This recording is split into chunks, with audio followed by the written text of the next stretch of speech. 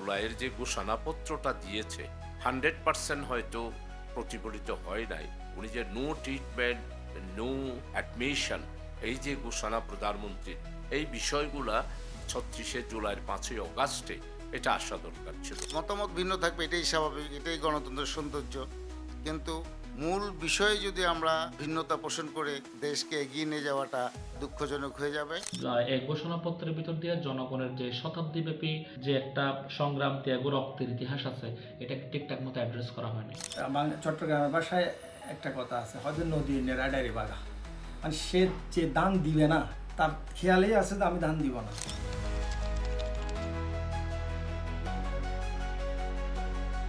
এই ব্যাপারে আপনি দেখবেন আমাদের নেতা তারেক রহমান সাহেব গতকালই উনি একটি বক্তব্য দিয়েছেন, রাজনৈতিক দলগুলো যেন এমন কোনো পরিস্থিতির সৃষ্টি না করে যে একে অপরের মুখ দেখাদেখি বন্ধ হয়ে যায়। অর্থাৎ উনি বলতে চাচ্ছেন যে আমাদের মধ্যে ভিন্নতা থাকবে, মতানৈক্য থাকবে, কিন্তু দেশ গড়ার জন্য আমাদেরকে ঐক্যবদ্ধ থাকতে হবে।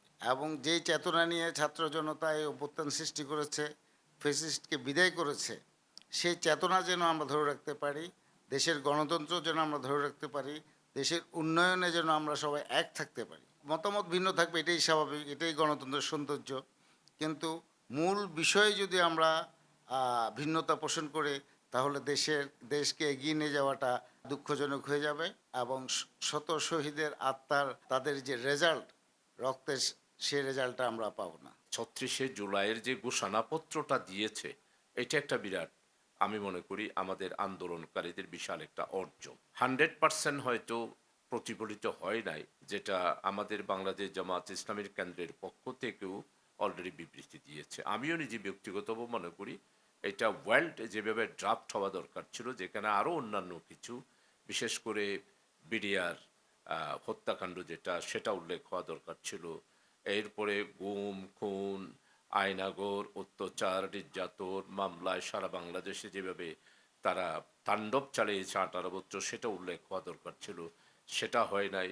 এরপরে হচ্ছে 13 সালের 5ই মে শাপলা ছত্রের ওলামায়ে কেরামদের যে এত বড় একটি বিপর্যয়, এত বড় একটি ত্যাগ এবং এতগুলো শাহাদত, এটা উল্লেখ হওয়া দরকার ছিল।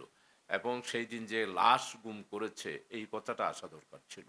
৩৬শে জুলাইয়ে যে বেওয়ারিশ লাশ যেগুলো পুড়ে ফেলা হয়েছে বিভিন্ন জায়গায় আমরা দেখতে পেয়েছি, সেটা উল্লেখ হওয়া দরকার ছিল, সেটা হয় নাই। পরবর্তী পর্যায়ে মেডিকেলে উনি যে নো ট্রিটমেন্ট, নো অ্যাডমিশন, এই যে ঘোষণা প্রধানমন্ত্রীর, এই বিষয়গুলা ৩৬শে জুলাইয়ের 5ই অগাস্টে এটা আসা দরকার ছিল। এই জন্য আমি মনে করি ঘোষণাপত্র যতটুকু এসেছে, দিস ইজ, আমার মনে হয় এটা আমাদের একটা অর্জন।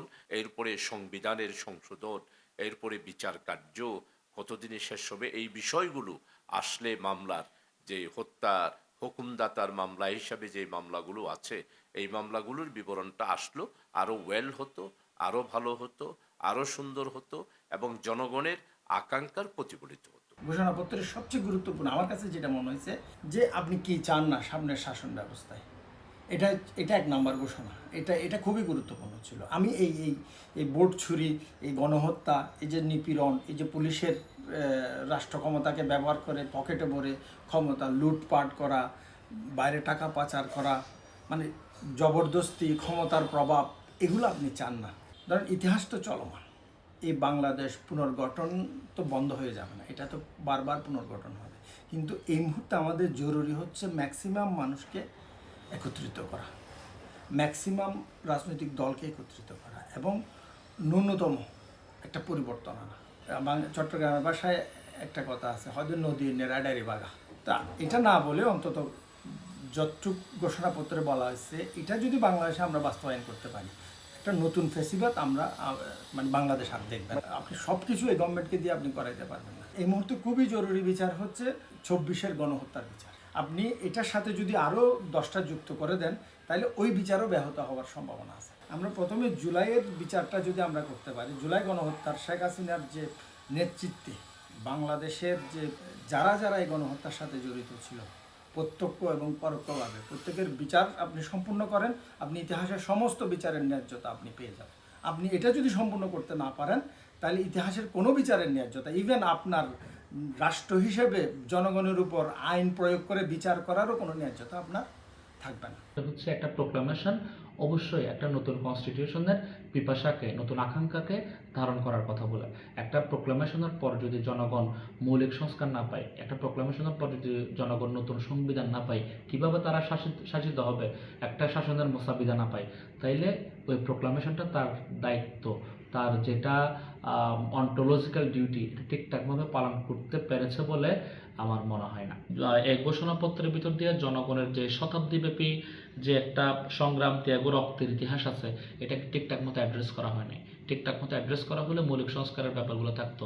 ঠিকঠাক মতো অ্যাড্রেস করা হলে কসমেটিক সংস্কার দিয়ে জনগণকে বুঝ দিতে হইতো না। ঠিকঠাক মতো অ্যাড্রেস করা থাকলে বাংলাদেশে কীভাবে একটা রিপাবলিক হিসেবে গড়ে তোলা যায়, বাংলাদেশে কীভাবে একটা ওয়েলফেয়ার স্টেট হিসেবে গড়ে তোলা যায়, এই চিন্তা সবার ভিতর থাকতো।